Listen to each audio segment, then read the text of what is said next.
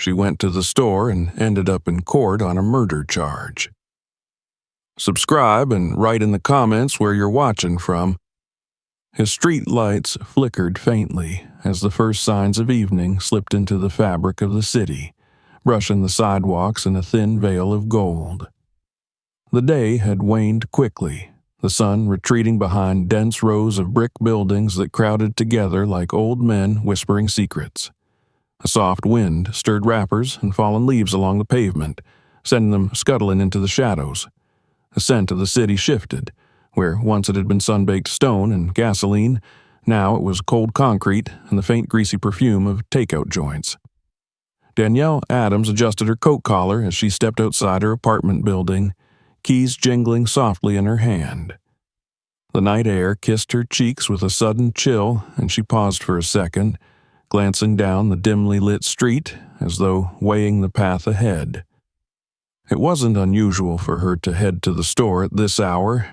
She worked from home most days, her schedule fluid, her habits quietly shaped by solitude.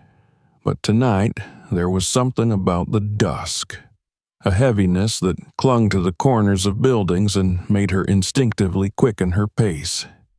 She walked with purpose, her boots clicking rhythmically against the sidewalk, her dark curls tucked beneath a knit cap. At 30, Danielle bore herself with quiet confidence. She had lived in this neighborhood long enough to navigate its rhythms without fear, and yet she had learned not to ignore the whispers of intuition. Still, she dismissed her unease as nothing more than weariness. It had been a long week. The market on Bayview Avenue was small, a family-owned spot with a flickering neon sign and always the same clerk behind the counter, a middle-aged man named Ravi, who greeted her with a nod. She collected a few essentials, milk, bread, a box of tea, and made small talk at checkout, though her mind wandered. Outside, the city pulsed with a different kind of energy. Somewhere in the distance, a siren cried briefly before falling silent. She stepped out of the store just past 8 p.m. The streets were mostly empty now, shadows stretching long and thin under the flickering street lamps. Danielle pulled her coat tighter and began the short walk home. The bags were light, but her steps felt heavy, dragged down by a sense of something just out of place. As she passed the alley that cut between the bakery and the old bookstore, a sharp sound split the night. A gunshot. She froze mid-step, heart thudding. The city was no stranger to violence, but never this close. Another shot rang out, echoing off the brick walls like a metal scream, and then silence. Danielle turned slowly, her breath hitching. She stared into the alley. It was cloaked in shadow, only a weak pool of light from a nearby lamp slicing through the darkness. Her instincts screamed at her to run, but instead her feet moved forward, carefully, quietly. Her pulse hammered against her throat. As she approached the mouth of the alley, a chill passed through her, not from the cold, but from something deeper, the kind of chill that warned of something irrevocable. There, in the half-light, she saw him. A man lay sprawled across the cracked pavement, limbs askew, chest rising and falling in shallow, erratic jerks. His shirt was darkened with blood, spreading in a slow, glistening stain. One hand reached vaguely toward the sky, then dropped. His eyes fluttered. His lips moved, but no sound came out. Danielle dropped her grocery bag without thinking, its contents spilling noiselessly onto the ground. She fumbled for her phone, her fingers trembling as she unlocked the screen. "Stay with me," she murmured, crouching beside the man. Her voice shook. "I'm calling for help, okay? Just hang on." The phone rang once, twice. "What are you doing?" a voice barked behind her. She spun around, the phone nearly slipping from her grasp. Two figures approached from the other side of the alley, silhouettes at first, then uniforms. Police officers. White. Male. Both tall, with expressions carved from suspicion and disdain. Danielle opened her mouth, but the taller one stepped forward, hand hovering near his holstered weapon. "Hands where I can see them," he snapped. She froze. He's been shot. I was just—" "Don't move." The second officer was already circling her, eyeing the man on the ground. "She's covered in blood," he muttered. "It's not mine," Danielle said, her voice thin with disbelief. "I just got here.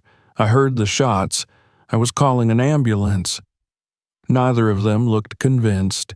The taller one radioed for backup, then motioned to his partner. "Cuff her." "What?" Danielle gasped. "I didn't. He needs help." The officer ignored her, yanking her arms behind her back. Cold metal bit into her wrists. She flinched as her knees were forced to the ground. Her heart felt like it might shatter her ribs from within. "You have the right to remain silent," the officer said flatly. "Anything you say can and will be used against you in a court of law." The words blurred. Her eyes darted back to the man, now still, his eyes half-lidded. Blood crept past his collarbone. Her groceries lay scattered beside him, a leaking carton of milk forming a pale puddle that met the red in the gutter. "I was just trying to help," she whispered, but the words fell into the void. As the police car pulled away, sirens howling again into the night, Danielle stared through the window bars, her breath fogging the glass. Somewhere behind them, the alley disappeared into shadow. Somewhere behind them, the truth had already begun to slip out of sight. She didn't know who the man was. She didn't know why he'd been shot or by whom. She didn't know how her life had shifted so violently, off course in a matter of seconds. But she did know this. She was innocent. And no matter what the uniform said, no matter how tightly they gripped their suspicion, she would find a way to prove it, even if the night seemed determined to erase her. The holding cell was colder than it had any right to be, its concrete walls painted in a gray so dull it seemed to swallow even the faintest remnants of light. Danielle sat on the metal bench bolted to the wall, her hands still bearing the indents of the cuffs that had only recently been removed. Her fingers trembled, not from the temperature, but from the weight of it all, the crushing absurdity, the disbelief, the helplessness. She had walked to the store for milk and tea. Now she sat behind bars as a suspected murderer. Outside the barred door, footsteps echoed, heavy and deliberate. She glanced up as the officer from before, the taller one with the clipped voice and accusing eyes, stopped in front of her cell. He studied her through the bars as though she were an exhibit in a museum of guilt. "You want to talk now?" he asked, voice devoid of sympathy. Danielle shook her head slowly, eyes still wide with confusion. "I already told you everything. I didn't shoot anyone. I was calling for help." He snorted softly, pulling a notepad from his chest pocket. "Funny. Just happened to be on the scene, covered in the victim's blood, phone in hand. That's a hell of a coincidence." "I wasn't covered," she snapped, then caught herself. Her voice dropped to a whisper. "He was dying. I was trying to stop the bleeding. Isn't that what people are supposed to do?" "You know him?" "No," she said firmly. "Then why run toward gunshots in a dark alley? That's not what most people do." "I don't know. I heard someone scream. I was scared, but I couldn't just walk away." He scribbled something on his pad. "Well, now you're here. Let's see if your story holds up when we take it to court." Danielle leaned her head back against the wall, closing her eyes for a moment. Her mind returned again and again to the man's face, the flicker of pain in his eyes, the way his hand had twitched helplessly. She didn't know who he was. She didn't know if he had lived or died. They hadn't told her anything. Hours passed. The hum of fluorescent lights buzzed overhead. Another officer brought her a paper cup of water, set it down, and left without a word. She drank slowly, her throat dry, her stomach clenched. She had been in situations where people assumed the worst of her before, but this was another level. She was a suspect in a murder case, arrested not by circumstance, but by appearance. She knew it, even if they didn't say it aloud. A black woman found next to a dying man in a white neighborhood. That had been enough for the cuffs. Eventually, they called her out of the cell. She was escorted down a long hallway and into a room with a single table and 2 chairs. A camera blinked red in the corner.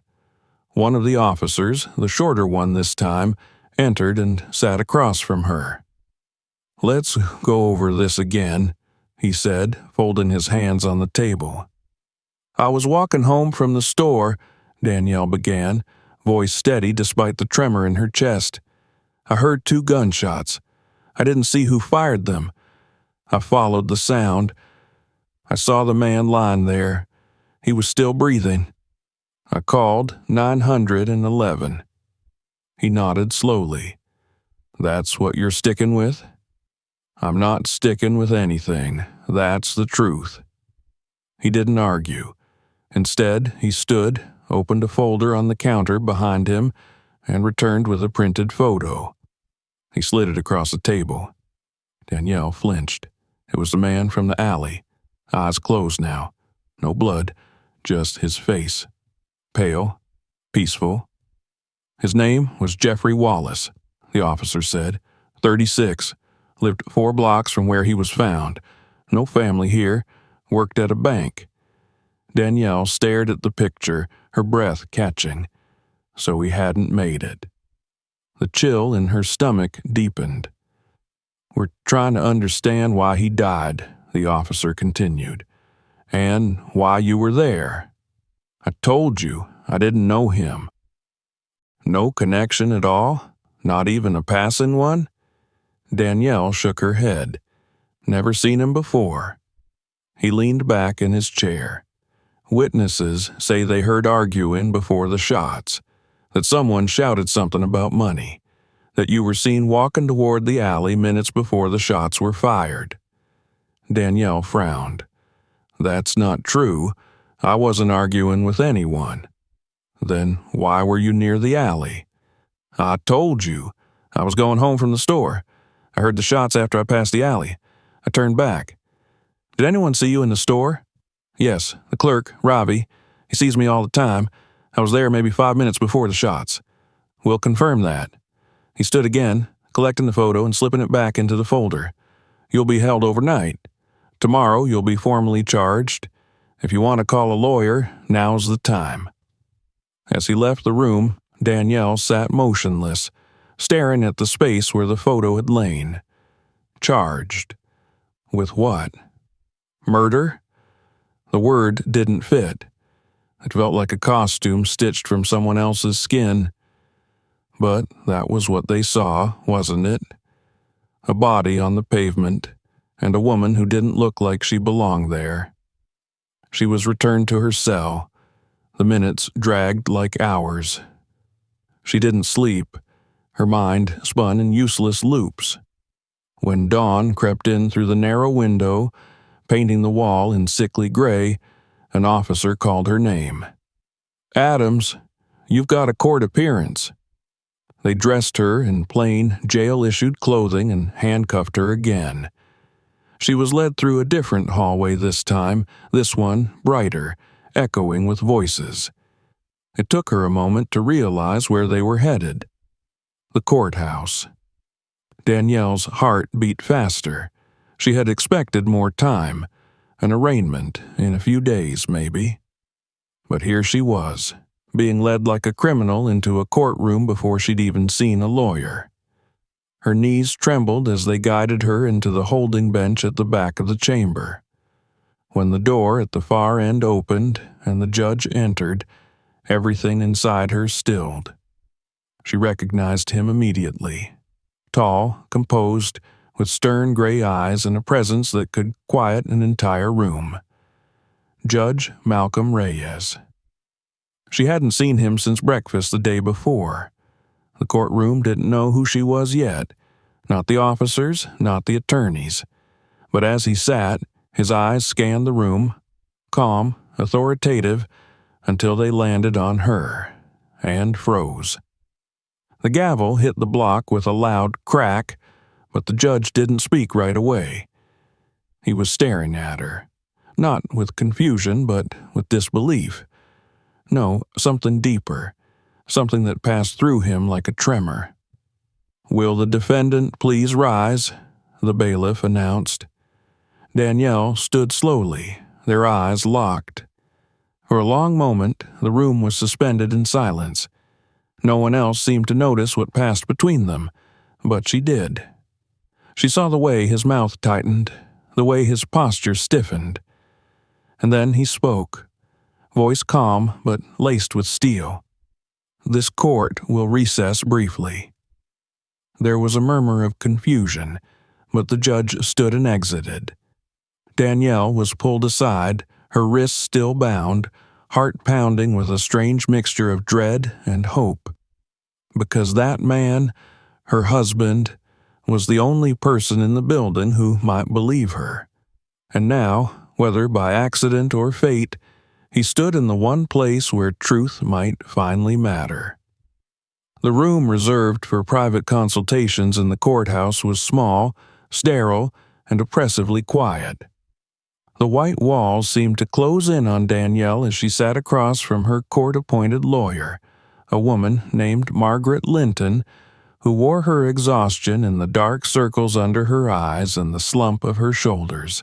Yet, despite her weariness, Margaret radiated a calm professionalism that Danielle clung to like a life raft. "I'm going to be honest with you," Margaret said, flipping through the preliminary documents in her folder. "They've got a strong circumstantial case, and it's moving fast. 2 eyewitnesses placed you at the scene. You were found near the victim, his blood on your clothes, and you were the only person there when police arrived." Danielle shook her head, trying to keep her voice level even as her stomach churned. "I've already told the police everything. I didn't know the man. I heard the shots and went to help. That's it. That's all that happened." Margaret looked up, studying her. "I believe you," she said finally, "but that's not always enough."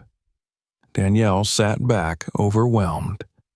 "What happens now?" "You've been formally charged with second-degree murder," Margaret replied. "Your arraignment will continue after recess. They'll enter the plea and we'll push for bail. But there's something unusual happening here. The judge, he's my husband," Danielle said quietly, cutting her off. Margaret blinked. "I suspected there was some connection, but we've been married for 6 years. We don't share a last name professionally, and we kept our personal lives very private, by choice." That explains a lot. His reaction was unexpected. He's already recused himself. Danielle's breath caught. "What?" Margaret nodded. He stepped out before the hearing resumed and submitted a recusal, said it would be a conflict of interest for him to preside. "Another judge is being brought in." Danielle sank deeper into her chair. She couldn't blame him. It was the right thing to do, ethically, legally, but it felt like a door had closed. The only person in the system who might have immediately believed in her innocence had stepped away. "I need to know everything," Margaret said, "not just what happened in the alley, but anything you might have seen, heard, anything unusual. Did you notice anyone else nearby before or after the gunshots?" Danielle strained to remember. The darkness, the panic, the sudden arrival of the two officers. No one, just the man, and then the police. That's it. Margaret tapped her pen against the folder. They claim you didn't call 911. I did. I was in the middle of dialing when they stopped me. Did the call go through? Did you hear anyone on the other end? No, I never got that far. Margaret sighed. We'll check the phone records to confirm the call was initiated. That might help, even if the call didn't connect. The consultation ended a few minutes later, and Danielle was led back into the courtroom, now presided over by a different judge, a woman in her 50s with a stern face and a clipped tone. The procedural formalities passed in a blur. Charges were read, the plea was entered, not guilty, and a date was set for the preliminary hearing. Bail was denied, citing the seriousness of the crime and Danielle's alleged presence at the scene. As she was led from the courtroom, her gaze darted to the far bench where Judge Malcolm Reyes sat silently in the public gallery, his face unreadable. He met her eyes for the briefest of moments before lowering his gaze. It felt like a blade drawn across her chest. Back in the jail cell, time lost meaning. The hours stretched into days, each one bleeding into the next. She was moved to a larger detention center where the population was louder, the lights harsher, the food colder.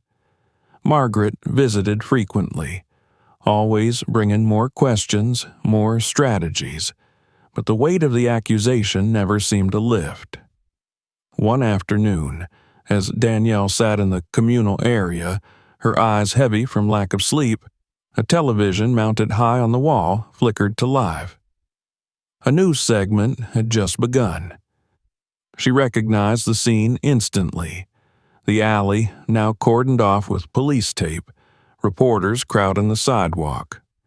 A slick-haired anchor spoke into the camera with grim solemnity. Authorities have identified the suspect in the Bayview Avenue shooting as 30-year-old Danielle Adams, a local freelance editor with no prior criminal record.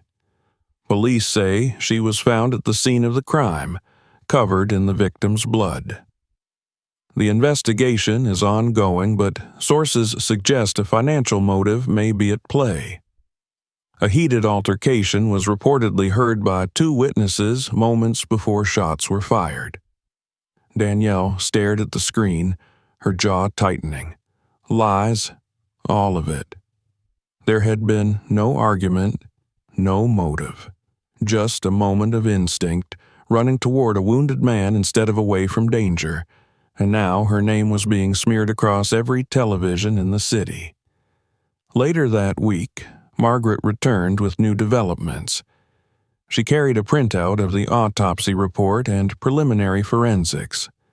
The gun used was a .38 caliber revolver, she said, sliding the document across the table. No weapon was found on you or near you, which already raises questions. Also, there's no gunpowder residue on your hands. Danielle frowned. So they know I didn't fire it. They'll argue you wiped your hands, or wore gloves, or disposed of the weapon before the police arrived. I didn't do any of that. I know, but they'll try to fill the gaps with doubt. We need something stronger.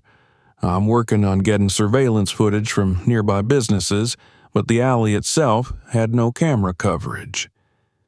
Danielle sat in silence, her thoughts returning to the officers, the way they arrived so quickly, the certainty with which they accused her, as though they already knew what they were going to find. Something about it had felt rehearsed. Off. "Do you know the names of the officers who arrested me?" she asked. Margaret flipped through her folder. Officer Mark Delaney and Officer Travis Reed, both veterans of the force. No complaints on record. Danielle's mind churned. They were too quick to blame me. They didn't ask questions, didn't check for other evidence. They assumed, no, they decided I was guilty the moment they saw me. Margaret studied her. Are you suggesting they framed you? I don't know what I'm suggesting, Danielle replied, frustrated, but it didn't feel right. Margaret nodded. Then we'll look into them. It was a thin thread, but it was all they had. The next weeks were filled with motion, requests for footage, witness interviews, combing through timelines. A store across from the alley had a camera, but it only caught a narrow slice of the sidewalk. Still, Margaret pressed for every possible angle, every overlooked detail. At the next hearing, Danielle was brought into the courtroom with more confidence than before. Margaret walked beside her, composed and determined. As they entered, Danielle saw Malcolm sitting in the same place as before. This time, he didn't look away. During the proceedings, Margaret raised the question of procedural bias and rushed judgment by the arresting officers. The prosecution pushed back, insisting on the strength of their eyewitnesses and the forensic match of blood found on Danielle's sleeves. But when pressed, they could not produce the weapon, nor explain the absence of residue on her hands. It was a start. When the hearing ended, Malcolm approached her quietly outside the courtroom, waiting until the corridor had emptied. You didn't do this, he said simply, his voice low. Danielle's eyes filled with tears. I didn't. I didn't want to step back, but I had to. If I stayed, they'd call it bias. But I'm not letting this go. I'll find a way to help, without crossing the line. You still believe me? She asked. I never stopped. It was the first time in weeks she felt like she could breathe. Back in her cell that night, Danielle lay awake, staring at the ceiling, thinking about the alley, the timing, the way those officers had appeared without warning. She knew the truth was there, buried somewhere in those details. Someone had killed Jeffrey Wallace, and she was going to find out who. Because now she wasn't just a woman accused of murder. She was a woman with nothing left to lose. The morning of the trial's first major evidentiary hearing dawned behind a veil of pale clouds, casting the city in a subdued gray that mirrored the atmosphere Danielle carried within her. She sat in the back of the prison transport van, her wrists once again bound by cold steel, her body jolting with each uneven lurch of the vehicle as it wound its way through downtown toward the courthouse. Despite weeks of emotional whiplash and draining interrogations, something had shifted inside her. It wasn't hope, at least not the kind she'd known before, but a sharpened clarity. She had begun to understand that truth wasn't always enough in the eyes of justice, but it was a weapon nonetheless. And it was hers. When the van rolled to a stop in the underground garage of the courthouse, Danielle waited as the guards opened the door, helped her down, and guided her through a corridor lined with fluorescent lights and painted cinder block. She was led to a private holding room just off the courtroom where Margaret awaited her, folders neatly stacked on the table, her expression unreadable. They're pressing forward harder than I expected, Margaret said without preamble. They've doubled down on the witness testimony, one man and one woman, both claiming to have seen you near the body before the police arrived. Danielle stared at her. But that's not true. I wasn't even in the alley until I heard the shots. I know. And we have phone data to prove you were opening the emergency call app at the time the police claim they arrived. But it's not as clean as we'd like. The timestamps line up closely. They'll argue you staged it. Even though the call never connected? Danielle asked. Margaret gave a grim nod. They're working with gaps, but that's what makes it dangerous. Juries don't like ambiguity. That's why we're pushing for video surveillance and, she paused, her voice softening, Judge Reyes has submitted an internal request to obtain adjacent municipal camera footage from the department directly. Danielle blinked. He's doing that? Margaret met her eyes. He can't be involved in your case, but as a judge, he still has the authority to request records that might intersect with other matters. He's being careful, but he's trying to help. Quietly. Danielle didn't speak for a moment. Her chest tightened. For weeks, she had carried the burden of isolation, even as Margaret fought for her and the legal process slowly churned forward. But now, the realization that Malcolm, her husband, the man who had always demanded integrity from his courtroom, was working behind the scenes to uncover the truth. It was like light cracking through stone. When the bailiff finally summoned them into the courtroom, Danielle walked taller than before. She entered the chamber not as a shattered woman, but as someone who refused to crumble. The rows were filled this time. Press, city officials, curious citizens drawn by the scent of controversy. She caught sight of Malcolm in the farthest row.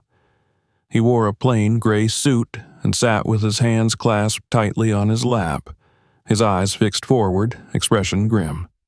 Judge Elizabeth Carr presided now, a seasoned jurist known for her sharp tongue and stricter-than-average courtroom rules.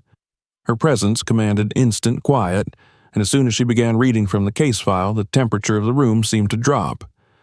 This hearing will determine whether the evidence supports the continuation of charges brought against Miss Danielle Adams, she said, peering over her glasses. Both sides will present exhibits. The court will weigh the admissibility and strength of evidence before proceeding to trial. The prosecution began, presenting the same well-worn narrative. Danielle Adams was discovered next to the body of Jeffrey Wallace, blood on her clothing, no visible sign of another suspect. They described alleged arguing, raised the question of a financial dispute, and insinuated a connection between Danielle and the victim through supposed text messages that, upon inspection, turned out to be unrelated spam. Margaret's rebuttal was measured but firm. She produced Danielle's phone records, the timeline of her walk from the store, and, most importantly, a sworn affidavit from the store clerk confirming her presence in the market at the time leading up to the incident. Then she revealed a new piece of evidence. "Your Honor," she said, holding up a flash drive, "we have obtained access to previously unreviewed municipal surveillance footage, courtesy of a separate ongoing request filed by a member of the judiciary." There was a murmur across the room. Judge Carr raised an eyebrow. "Are you referring to Judge Malcolm Reyes?" "I am, Your Honor. While he is recused from this case, his position allowed him to request footage from the intersection at Bayview and 9th. We reviewed the footage this morning. It reveals a crucial piece of the timeline." The judge allowed the footage to be shown. The courtroom dimmed slightly as the lights were lowered, and the screen at the front of the room flickered to life. The grainy video showed a quiet corner, partly blocked by the side of a building, but the timestamp and angle clearly marked the events of that night. First, Danielle appeared, walking briskly from the direction of the store, her bag in hand. She passed the alley without looking toward it. Seconds later, a pair of headlights appeared off-screen. Then, two figures emerged, police officers Delaney and Reed, approaching the alley from the opposite side. Only after their approach did Danielle reappear, this time rushing toward the alley after the gunshots. It was unmistakable. She had not been there first. A hush fell across the room. Margaret stood tall.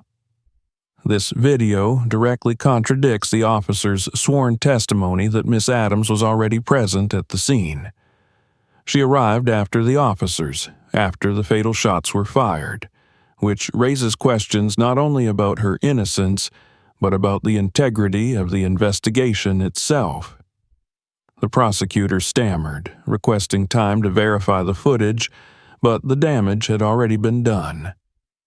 The judge, her expression unreadable, ordered a recess. Danielle returned to the private room with Margaret, who leaned back in her chair with a sigh of relief. This is what we needed. It may not be a full acquittal yet, but it cracks their foundation. If they lied about this, what else are they hiding? As the court reconvened an hour later, the atmosphere had changed. The prosecutor had grown visibly paler, and the two officers, now seated at the back of the courtroom as witnesses, exchanged glances that spoke of mounting unease. Then the unexpected happened. Before proceedings could resume, Judge Carr lifted her hand. "This court is in receipt of an emergency brief from the State Judicial Review Board," she announced, "regarding the possible misconduct of officers involved in this case.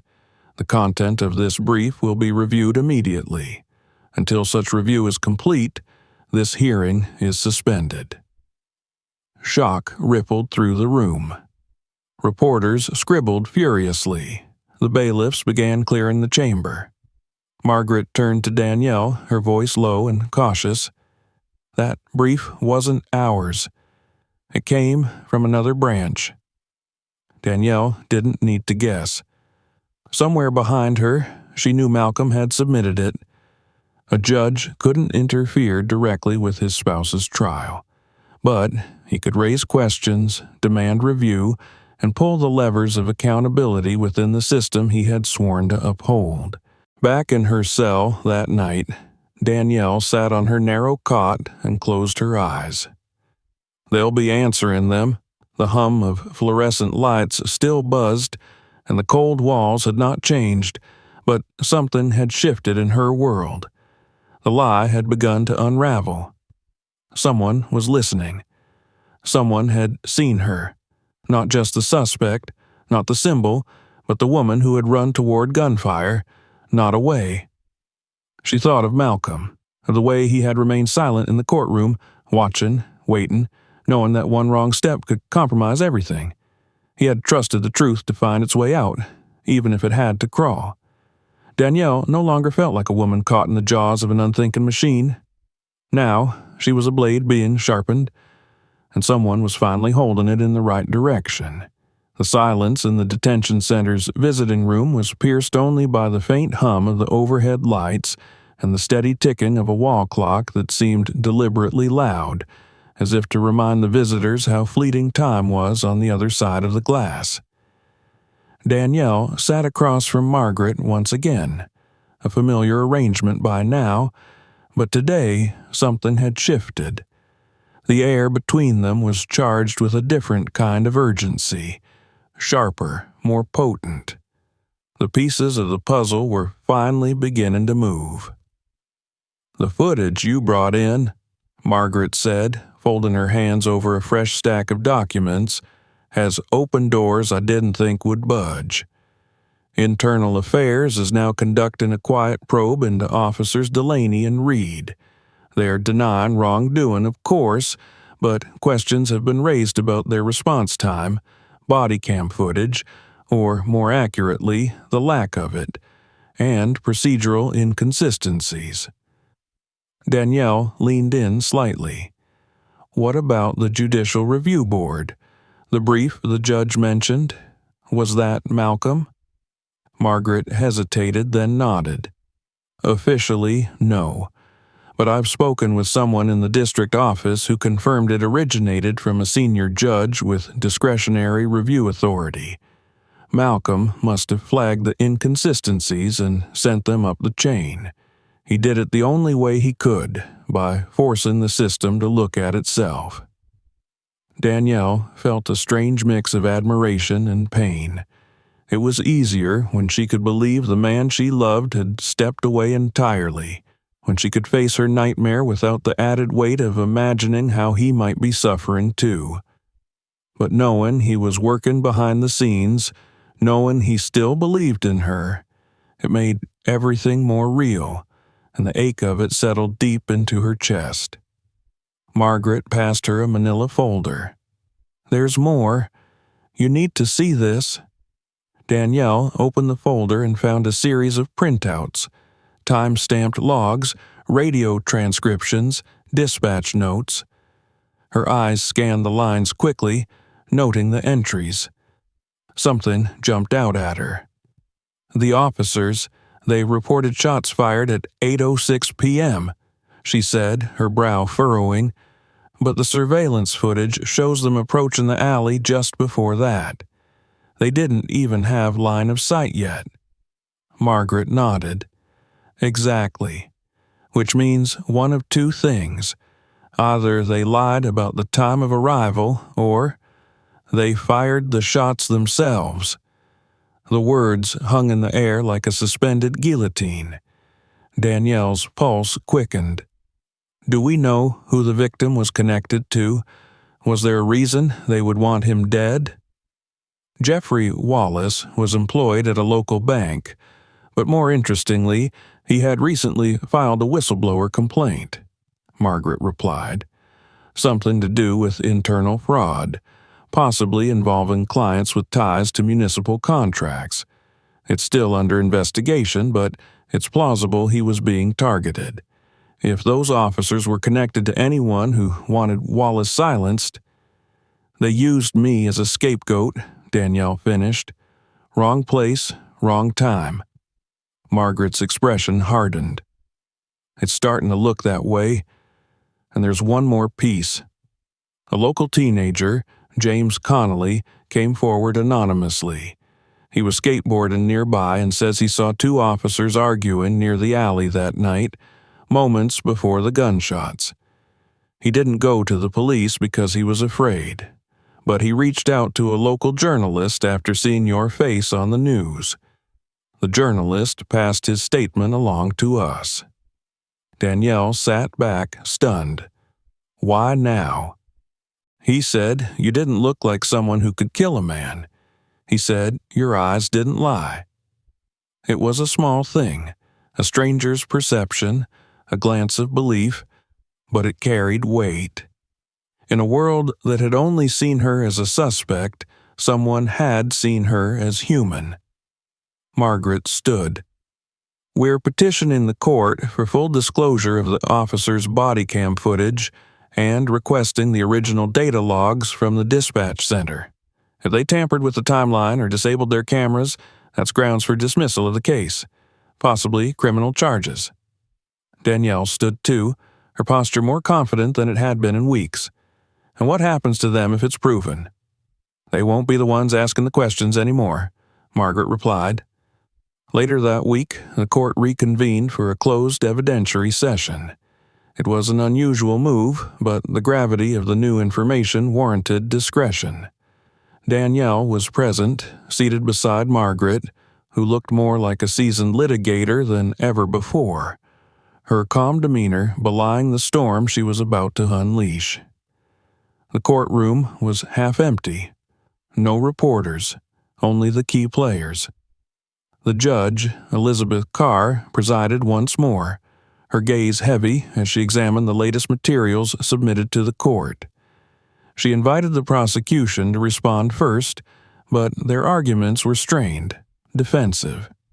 They downplayed the significance of the surveillance footage and insisted that the officers had followed procedure. Margaret stood with composed authority and requested that the court play the newly obtained dispatch recording. The audio crackled to life. At first, only static and muffled voices.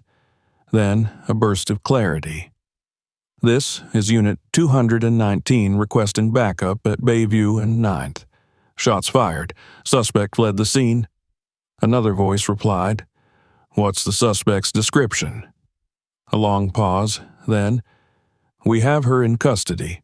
African-American female, approximately 30, found at the scene. Blood on hands." Judge Carr raised her hand. "Stop the audio." She looked directly at the prosecutor. "What time is this log stamped?" 8:08 p.m., Your Honor." And yet the surveillance footage shows the officers arriving at the alley no earlier than 8:07. Are you suggesting they apprehended the defendant, assessed the scene, and called it in, all within 60 seconds? The prosecutor hesitated. We're reviewing the timeline. There may be a discrepancy in the system. Margaret didn't miss a beat. Or they created the narrative before arriving, because they already knew what they were going to find. The judge's eyes narrowed. Danielle felt the atmosphere shift tangibly. The tide had turned. 2 days later, Margaret received a sealed envelope from an anonymous source. Inside was a digital file, an uncut body cam recording that had been suppressed from the original investigation log. The footage, time-stamped and unedited, showed the two officers standing near the alley, whispering furiously.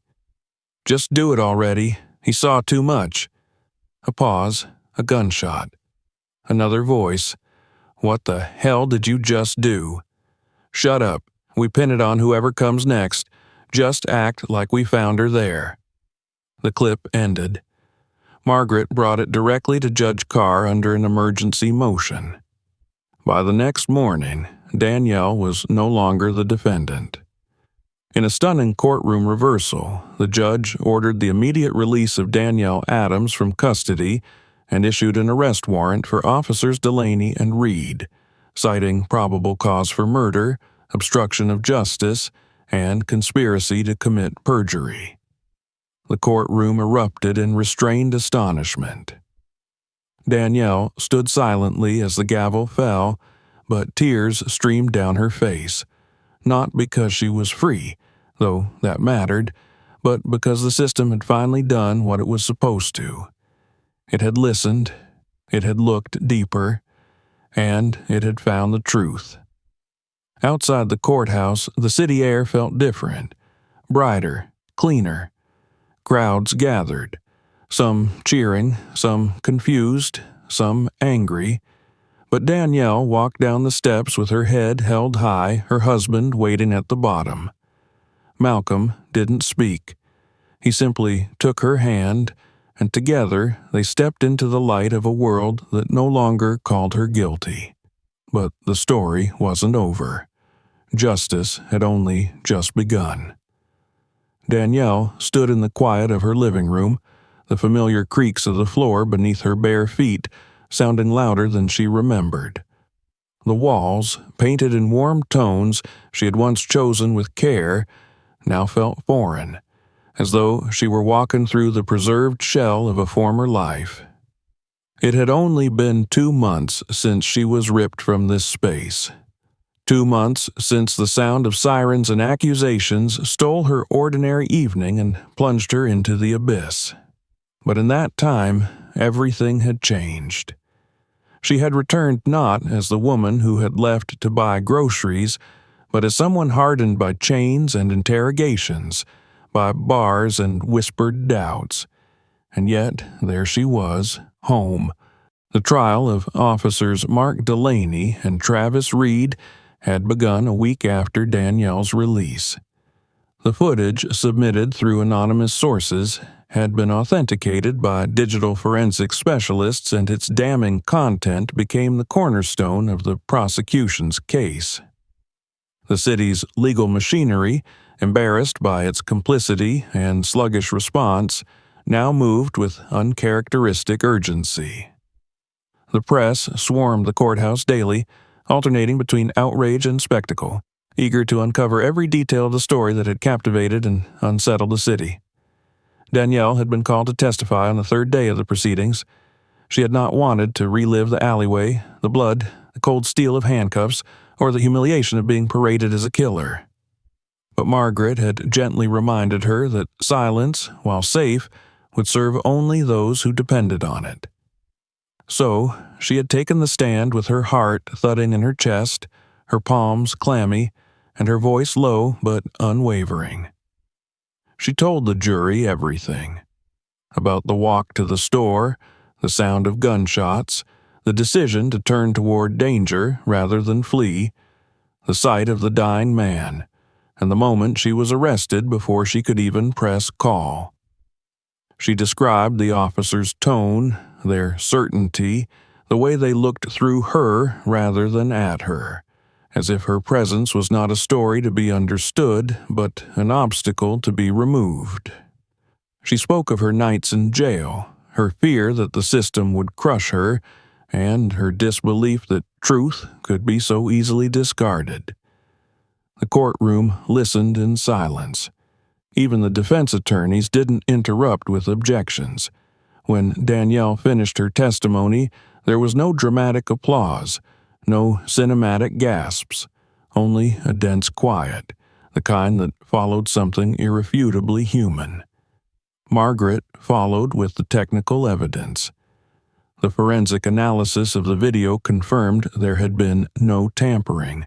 Experts authenticated timestamps, matched voices, and presented irrefutable proof that Delaney and Reed had fabricated the sequence of events and framed Danielle to cover their crime. The defense attempted to discredit the footage. They suggested manipulation, misinterpretation, coercion of the anonymous source. They tried to redirect blame to Jeffrey Wallace himself, calling into question his whistleblower motives and painting him as unstable. But each tactic unraveled beneath the weight of facts. Wallace's financial records showed he had compiled extensive evidence of fraud implicating several city contractors. He had been preparing to meet with a state investigator. His death, as the prosecution revealed, had silenced more than one truth. The courtroom turned colder each time the jury was reminded that Wallace had not died in a random altercation. He had been murdered to protect a chain of corruption, and Danielle had nearly been buried with him. Malcolm attended the trial daily, but remained inconspicuous. Though no longer a sitting judge on the case, his presence served as a quiet affirmation of support, not just to Danielle, but to the very process of justice itself. In his absence from the bench, he had spoken out in measured tones, pushing for transparency reforms and internal accountability. For the first time in his long career, he had turned his gavel against the institution he had once defended without question. On the 6th day of trial, a surprise witness was called to the stand.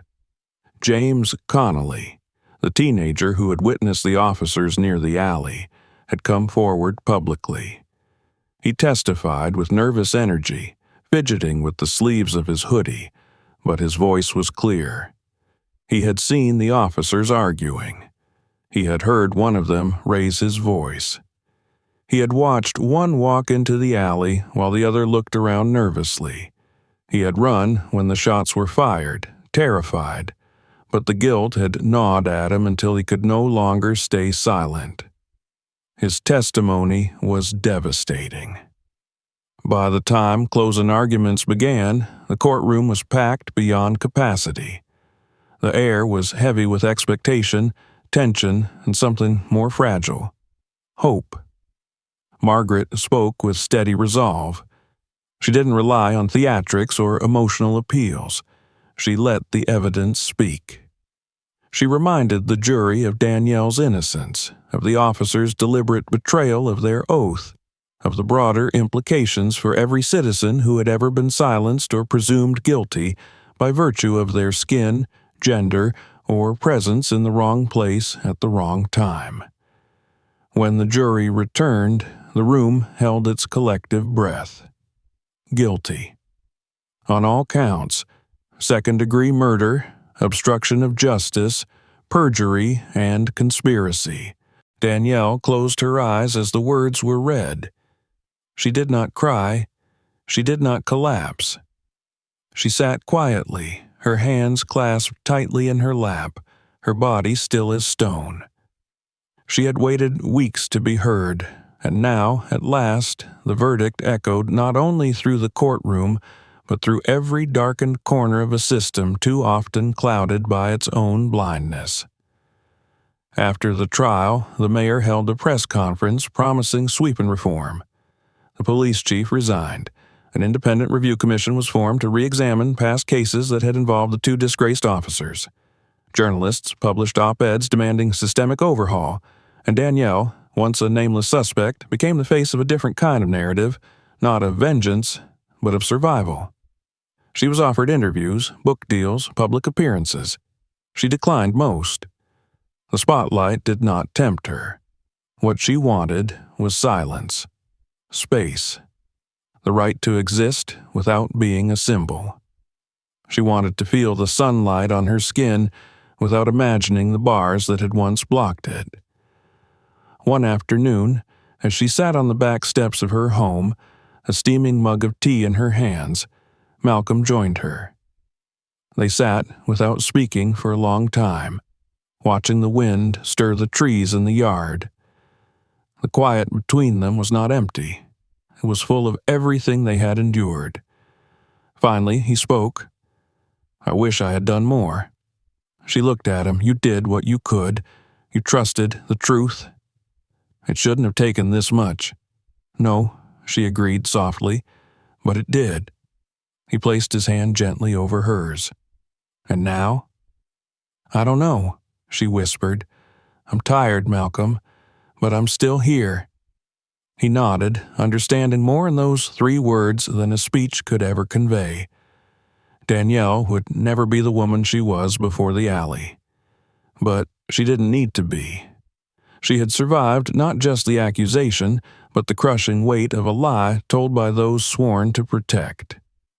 She had endured, exposed, and stood firm. The truth had come to light, not easily, not quickly, but undeniably. And now, with justice unveiled and the darkness behind her, she could finally look ahead, not to forget, but to begin again. The city moved forward. The buildings still stood, traffic still snarled during morning rush hours, and the news cycle had already begun shifting its attention to the next scandal, the next burst of drama to fill headlines. But for Danielle Adams, time did not flow quite so effortlessly. It crept. It paused. It tangled around fragments of memory and wrapped itself in quiet echoes of her recent past. Though the trial had ended, though the verdict had been read, though the men who had stolen so much from her now sat behind bars awaiting sentencing, she found that freedom was not an event. It was a process. She stood at the window of her small upstairs office, looking out at the trees in the courtyard below. It was early spring, and the branches were just beginning to hint at new life. There was something comforting in that. The world did not ask her to rush, it only asked her to begin. The room had once been her work sanctuary, cluttered with manuscripts, client files, and old mugs with long-forgotten tea stains. Now it was cleaner, quieter. She had cleared away many of the papers, rearranged the bookshelves, donated the desk she no longer needed. Her laptop sat on a smaller table now, beside a plant she watered carefully each morning. The rhythm of her life had changed, but the core remained the same. She still believed in stories, still believed in words as a way to build understanding, even when understanding had once failed her.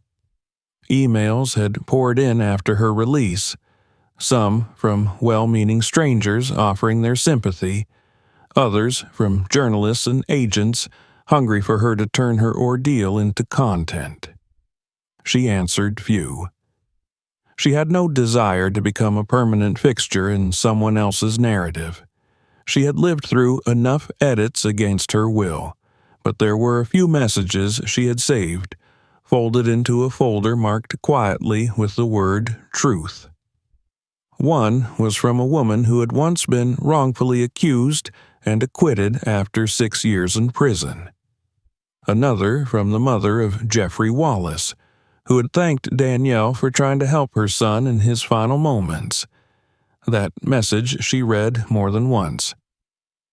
Jeffrey's mother, Evelyn, had requested to meet in person. Danielle had hesitated at first. What could she possibly offer to a woman who had lost her child? But eventually she agreed.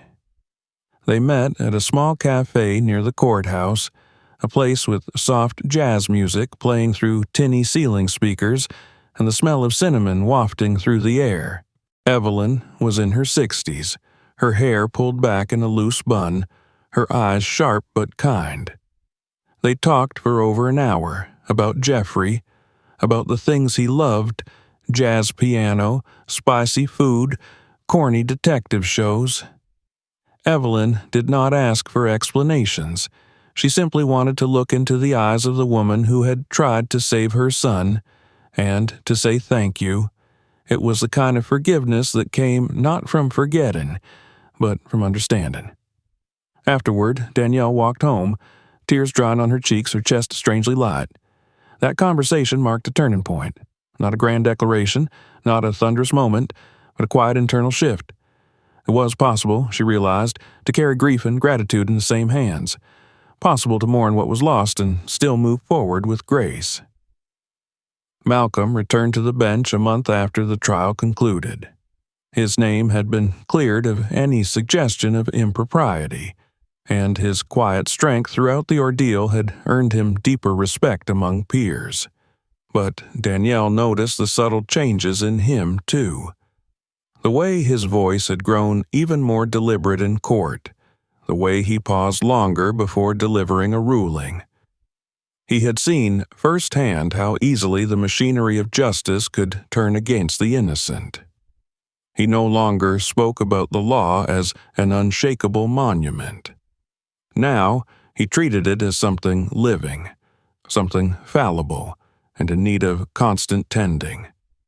They spoke often, but with the caution of two people relearning a shared language. Their love had endured, but it had been shaken. Danielle had changed. She was no longer content to play the quiet partner in the wings. Her voice mattered now, in courtrooms, in meetings, in interviews she hadn't yet accepted.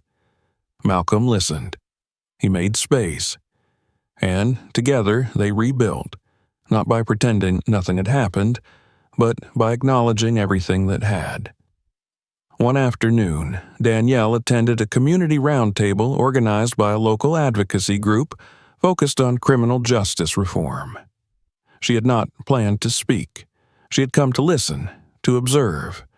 But when a young woman shared a story of being profiled and humiliated by local police, Danielle raised her hand. Her voice, when she spoke, was soft at first, then clearer. She did not recount every detail of her experience. Instead, she spoke of the night she heard the gunshots, of the decision to step forward into the alley, of what it meant to be seen as a suspect instead of a witness. She spoke of fear and resilience, of how systems often failed the people they claimed to serve. She spoke of the necessity of bearing witness, not just to injustice, but to survival. The room was silent when she finished. Then someone clapped, then another, not in applause, but in affirmation. It was not about celebrity. It was about truth being spoken aloud in a place where silence had too long reigned. That evening, she walked home alone, the evening sun casting golden lines along the sidewalk. She no longer hurried through streets as if chased by shadows. She moved with measured confidence. She had learned that safety was never guaranteed, not in alleys, not in courtrooms, not even in the embrace of systems meant to protect. But dignity, that was hers to claim, and voice and breath. She began to write again, slowly. Not a memoir, not yet, but thoughts, observations, short essays. She found a journal that published reflective nonfiction and submitted a piece anonymously. It was accepted. The title was simple: Seen. She did not attach her name. The story spoke for itself. Days turned to weeks, and spring deepened into early summer. One morning, Danielle found herself standing at the edge of a small community garden near her home. A sign on the fence read, "Volunteers Welcome." She stepped inside, dirt crunching beneath her shoes, and approached an older man tending a row of green beans. He looked up. "First time here?" She nodded. "Thought I might try something different." He smiled and handed her a trowel. "Dig in." As she knelt beside the soil and began to work, she felt a strange peace settle over her. The earth was simple, honest. It gave what it received. It didn't care about verdicts or headlines or accusations. It asked only for care, for time, for the patience to believe in what could grow. She stayed all afternoon. At one point, she looked up and saw Malcolm across the street, watching her through the iron fence.